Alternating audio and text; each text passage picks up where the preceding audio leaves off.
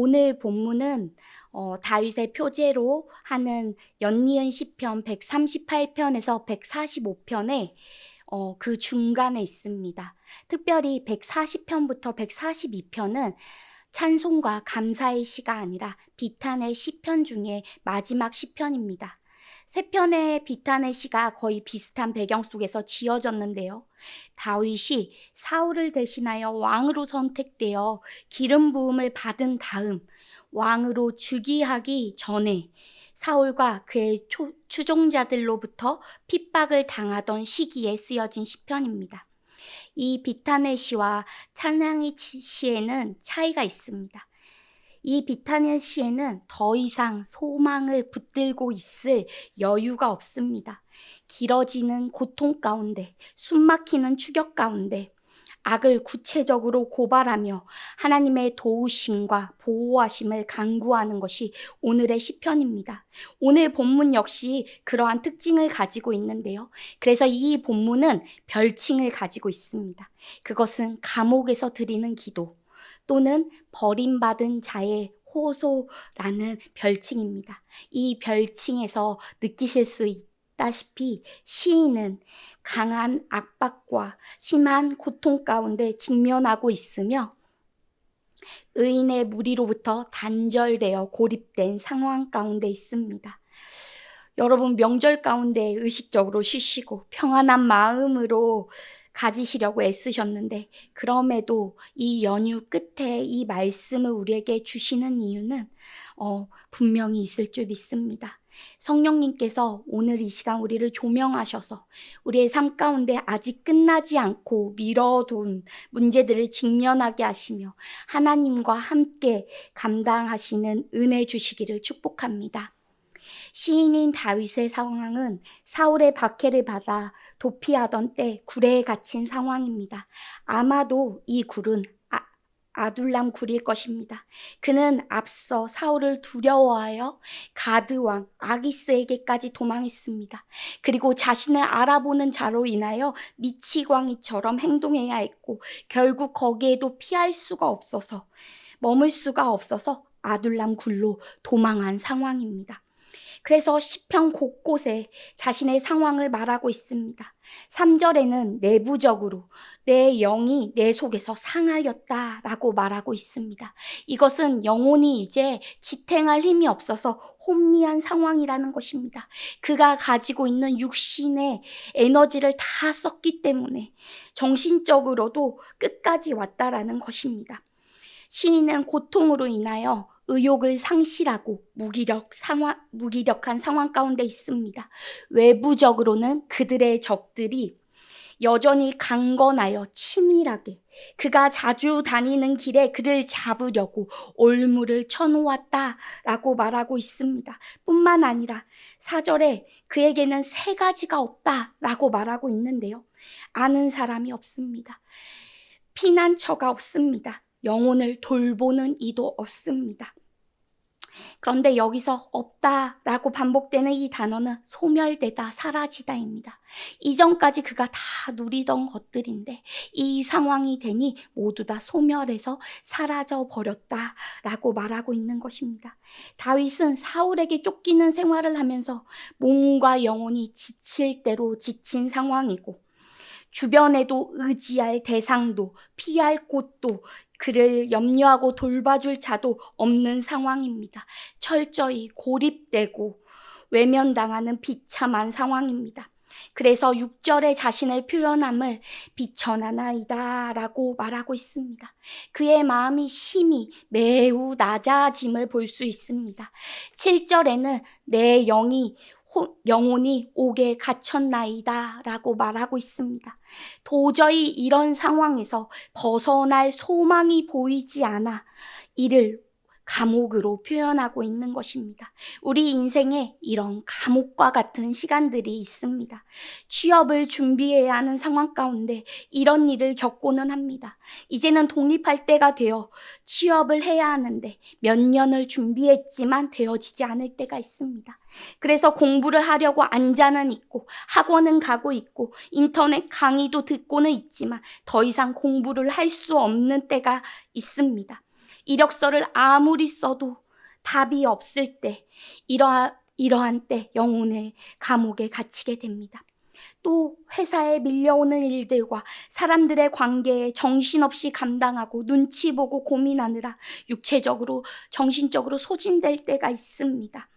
다시 일은 해야 하는데 마음이 일어날 에너지가 없어 무기력함에 빠질 때가 있습니다. 해결할 능력이 없어 무기력에 빠질 때가 있습니다. 또는 소중한 관계를 상실했을 때 무기력이 찾아오기도 합니다. 특별히 해결할 수 없는 관계 안에서, 가족 관계 안에서, 부부 관계 안에서, 고부 관계 안에서, 자녀와의 관계 안에서 수없이 마음을 쓰고 애를 써도 상대는 자신만의 생각을 고집하며 소통되어지지 않을 때 무기력에 빠지곤 합니다. 갑작스러운 질병으로 이전과 다른 삶을 살아가야 할 때 그의 영혼은 감옥에 갇히는 시간들이 있을 수 있습니다. 해결할 수 없는 질병 가운데 그 질병의 시간이 길어지고 병이 깊어갈 때 무기력에 빠집니다. 영혼의 감옥을 경험하게 됩니다. 이 감옥 속에 계신 분이 혹시 저희 가운데 있지는 않으신가요? 부끄러워하지 않으셔도 됩니다. 저도 이 영혼의 감옥에 종종 갇힐 때가 있습니다. 영혼의 감옥에 갇혀 신음하는 성도를 바라볼 때 부끄럽게도 동화되어 제 영혼이 영혼의 감옥에 갇힐 때가 있습니다. 그들이 회복되길 간절히 원하지만 회복되어지는 시간이 길어질 때 저 역시 때로는 무기력에 빠지곤 합니다. 또 혹시 영혼의 감옥의 트라우마 때문에 이 감옥에 다시는 갇히지 않기 위해 자기 힘으로 안전지대를 확보하거나 언제든지 그곳으로 뛰어갈 준비를 하고 계신 분이 계시진 않나요? 너무 민감하게 반응하거나 이것을 상대의 문제, 상황의 문제라고 방어적으로 반응하고 계시진 않나요? 폭식을 하거나 현실이 괴로워 잠으로 회피하고 계신 분도 있을 수 있습니다. 오늘 우리에게 허락하신 이 시편은 저와 여러분들에게 이렇게 우리를 괴롭히고 두렵게 하는 영혼의 감옥을 빠져나오는 가장 안전하고 완벽한 방법을 소개하고 있습니다. 다윗은 참으로 비참한 상황 가운데 있었습니다.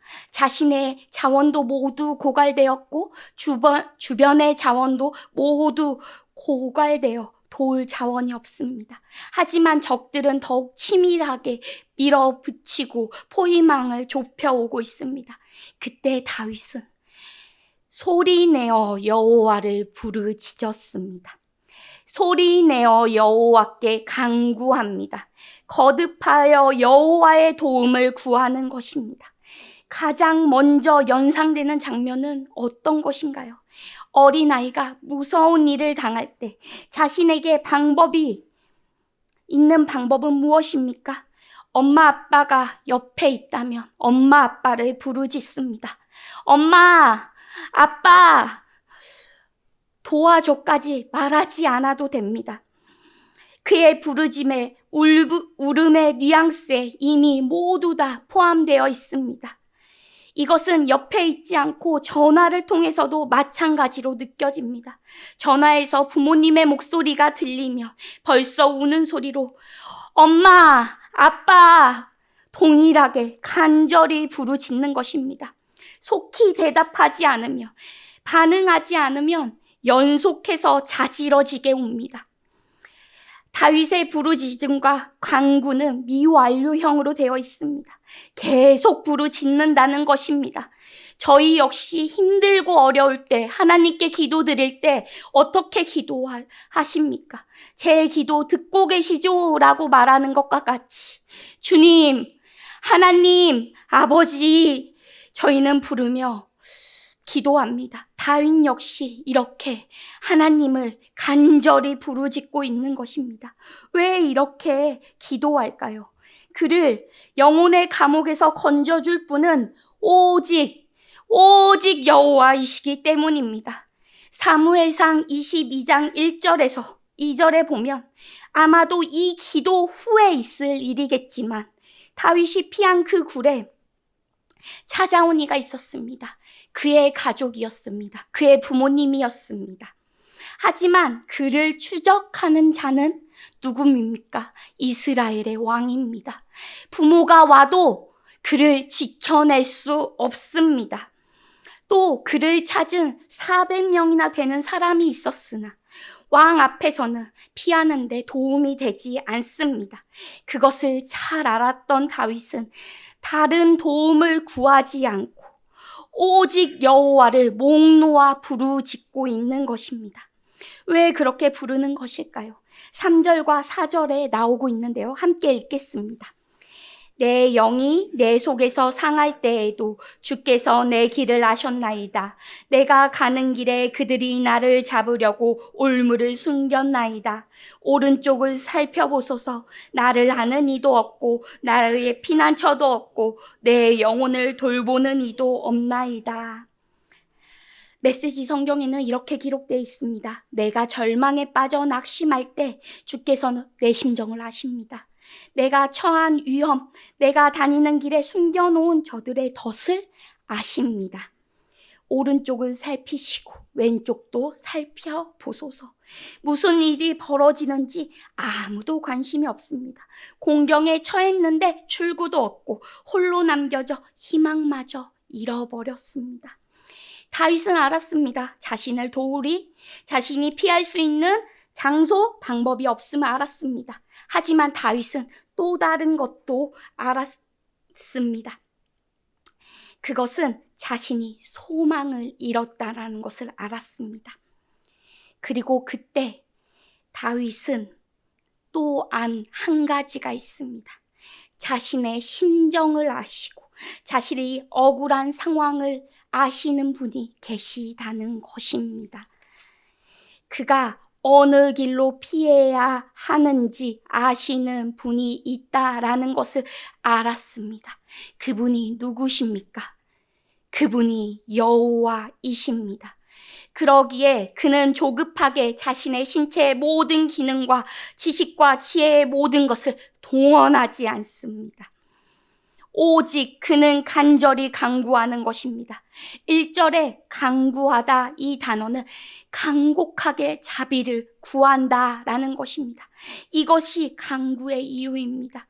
다윗은 여호와께서 누구신지 알았기에 그에게 자비를 구하는 것입니다. 그래서 자신의 상황을 정확히 인식하고 자신을 도울 수 있는 분이 오직 여호와밖에 없다는 것을 알고 다윗은 다시 간절히 여호와를 부르짖습니다. 그러며 그는 자신의 하나님을 고백합니다. 5절을 저희 함께 읽겠습니다. 여호와여, 내가 주께 부르짖어 말하기를 주는 나의 피난처시오 살아있는 사람들의 땅에서 나의 분기시자 하였나이다. 아멘. 여기서 주라고 표현된 이 단어는 원어로 보면 당신이라는 표현입니다. 다윗과 하나님과의 관계가 그려지시나요? 그와 하나님과의 관계가 멀다면 그의 호칭은 오직 하나님, 오직 주님이었을 것입니다. 하지만 다윗은 수없이 많은 여러 번의 고비를 넘기며 하나님께서 그의 피난처가 되어주심을 경험했습니다. 그는 골리앗과 싸울 때 만군의 여호와의 이름으로 나아가 하나님의 이름을 모욕하는 골리앗과 싸워 이겼습니다. 그는 작은 목동에 불과한 자신을 지키시고 세우시는 하나님을 경험했습니다. 하나님의 영이 함께 하심도 경험했습니다. 그러므로 여호와 하나님을 당신이라 친밀하게 고백하며 나의 피난처라 고백하는 것입니다. 나의 피난처인 것입니다. 우리의 피난처가 아니라 나의 피난처입니다. 아버지의 피난처가 아니라 나의 피난처입니다. 다윗의 그동안의 고난은 하나도 헛된 것이 아니었습니다. 다윗은 그 고난 가운데 하나님을 만났고 그분이 누구신지, 그분의 성품을 겪었고 그분의 능력을 체험했습니다. 그래서 다윗의 인생이 꺼져가는 등불 같은 그 순간에 다윗은 확신을 가지고 이제는 나의 피난처라 하나님을 고백하는 것입니다. 또 하나님이 나의 전부이시며 근거라는, 나의 분기시라는 고백을 하는 것입니다. 다윗은 처음 외칠 때와 같이 자신의 운명에 넘어져 있지 않습니다. 그는 하나님의 눈을 마주하는 것 같이 분명하게 구합니다. 하나님은 나의 피난처이십니다. 하나님은 나의 분기십니다. 그러므로 나를 보호하시고 나의 삶을 책임져 주십시오. 구하는 것입니다. 성도님들, 저는 이 다윗의 고백을 의지하여 성도님들에게 전하고자 하는 말이 있습니다. 성도님들은 자녀들이 너무너무 이쁘시죠. 너무 귀하시죠. 온 힘을 다해 그 생명을 보호하고 지키시는 것을 봅니다. 아이들이 조금도 생채기가 나지 않게 하시려고 부단히 애쓰시는 것을 봅니다. 이렇게 돌보시고 살피시는 이유가 그 아이들이, 자녀들이 나보다, 나의 생명보다 귀하기 때문입니다. 저도 그런 사랑을 받아보아 압니다. 느껴보아 압니다. 하지만 안타깝게도 부모님은 그 자녀를 결코 완전하게, 안전하게 지켜내실 수 없습니다. 이 생명보다 나보다 귀한 자녀들을 지켜내실 수 있는 분은 오직 하나님이십니다. 가장 잘 길러내실 수 있는 분도 하나님이십니다. 아멘이신가요? 그렇다면 우리는 주님께 우리 자녀를 맡겨야 합니다. 자녀들이 작은 결핍에서부터 하나님을 경험하도록 하나님의 자리에 두셔야 합니다. 그래야 그 아이들의 인생에 커다란 환난을 만날 때 다윗과 같이 가장 안전하고 완전한 피난처 대신 하나님을 붙들 수 있는 힘이 생깁니다. 저는 매몰차게 아이들을 고생의 자리로 밀어 넣으라는 것이 아닙니다. 부모님이 자녀에게 하나님이 되셔서는 안 된다는 것입니다. 그들이 하나님을 구할 수 있도록 그들을 하나님께로 인도해야 한다는 것입니다. 어릴 적부터 하나님께 구하고 하나님을 경험해야 한다는 것입니다. 작은 결핍이, 고난이 있어야 자녀들은 그 시간 하나님을 알아가며 하나님과 함께 성장하며 때가 되면 하나님과 함께 독립할 수 있습니다. 우리의 몫은 자녀가 잘 독립할 때까지입니다.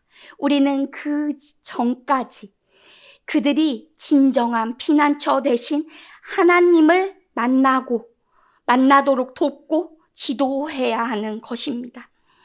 다윗은 피난처와 분기심을 너무나 잘 알았습니다.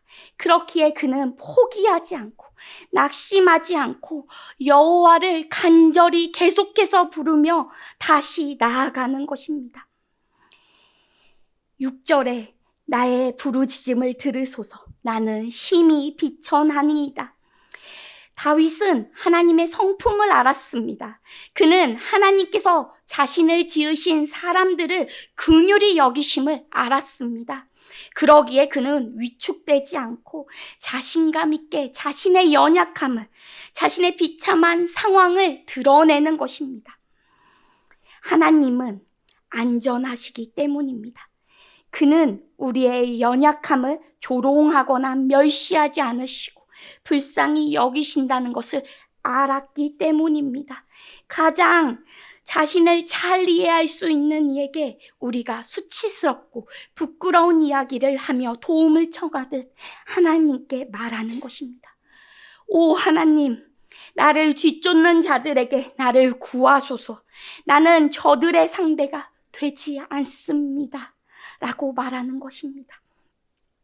이것은 결코 자존심이 상하는 일이 아닙니다. 그는 자신에게 가장 필요한 강구를 알고 구하는 것입니다.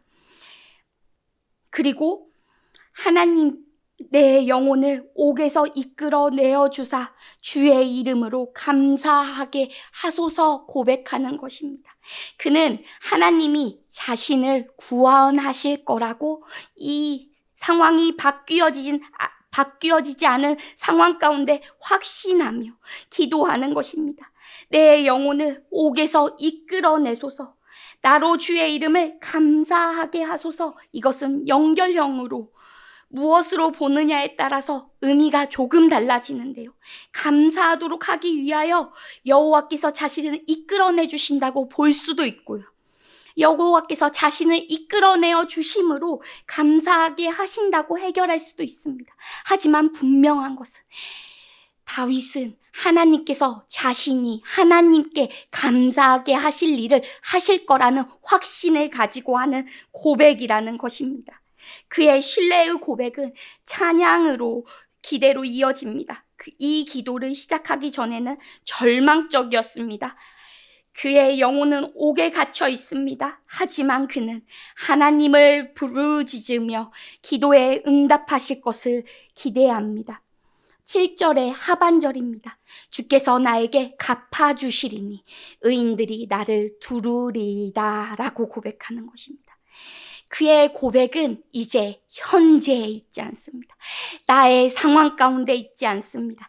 그는 기도하며 하나님이 누구신지 다시 한번 확신하며 하나님께서 내 기도를 들어주신다는 것을 확신하며 믿음의 눈으로 하나님의 돌보심을 고백하는 것입니다. 자신을 육신적으로 이 포위 가운데 방법은 알 수 없지만 하나님께서 벗어나게 하실 것을 확신하는 것입니다.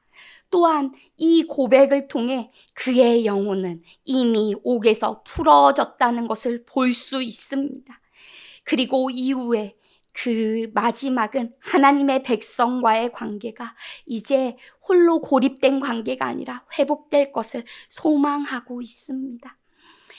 말씀을 정리하겠습니다. 말씀에서 서두와 같이 다윗과 같이 우리의 인생에 고난이 찾아올 때가 있습니다. 아무리 열심히 노력해도 우리는 이 고난이 우리에게 오지 않도록 막을 수 없습니다. 이 고난이 오랜 시간 지속되면 견뎌낼 자가 없습니다. 다윗과 같이 영혼의 깊은 감옥 가운데 갇히게 되는 것입니다. 그때 우리는 쉽게 그 문제의 상황을 풀려고 사람으로 풀려고 할 때가 있습니다. 우리 아이가 취업을 하면, 우리 아이가 결혼을 하면, 이 병이 생기지 않았다면, 우리 남편, 우리 아내가 나를 이해하면, 이렇게 가정하며 희망을 품습니다. 그런데 오늘 믿음의 아비 된 다윗은 우리에게 시편 142편을 통해 이렇게 말하길 원합니다. 그때 너희는 상황과 사람을 구하지 말고 너는 소리내어 여호와께 부르짖으라. 너는 소리내어 여호와께 간구하라. 그가 너를 옥에서 이끄신다. 그가 너에게 갚아주신다 말씀하시는 것입니다. 하나님께서 다윗의 삶을 통해 우리에게 말씀하십니다. 너는 소리내어 나에게 부르짖으라. 너는 소리내어 나에게 간구하라. 나는 너의 진정한 피난처이다. 나는 너의 분기시다.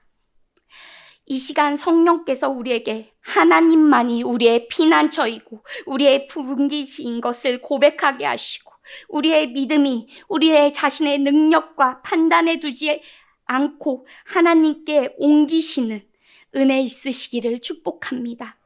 좋아 보이는 상황에 두지 않고 하나님께 우리의 믿음을 옮기시는 은혜 있으시기를 축복합니다. 살아계신 하나님, 말씀을 통해 다윗의 부르짖음을 들으신 하나님께서 우리의 부르짖음도 들으시는 줄 믿습니다. 우리의 크고 작은 모든 고난 가운데 주님이 성품과 축복과 섭리를 귀로만 듣는 것이 아니라 눈으로 보는 역사 있게 하옵소서. 주님을 알아가는 것이 자라나는 부산 사랑의 교회 되게 하옵소서. 주 안에서 당신의 측량할 수 없는 사랑의 길이와 너비를 알아가게 하셔서 고난 가운데 갇히는 자가 아니라 주와 함께 돌파하는 승리하는 저희 되게 하옵소서. 육신의 질병, 마음의 질병, 영혼의 감옥 가운데 갇힌 자들 있습니다. 주 하나님, 소리내어 간구하오니 병에서 이끌어내시는 은혜 있게 하시고 영혼의 감옥에서 이끌어내시는 은혜 있게 하여 주시옵소서. 살아계신 예수 그리스도의 이름으로 기도드렸습니다. 아멘.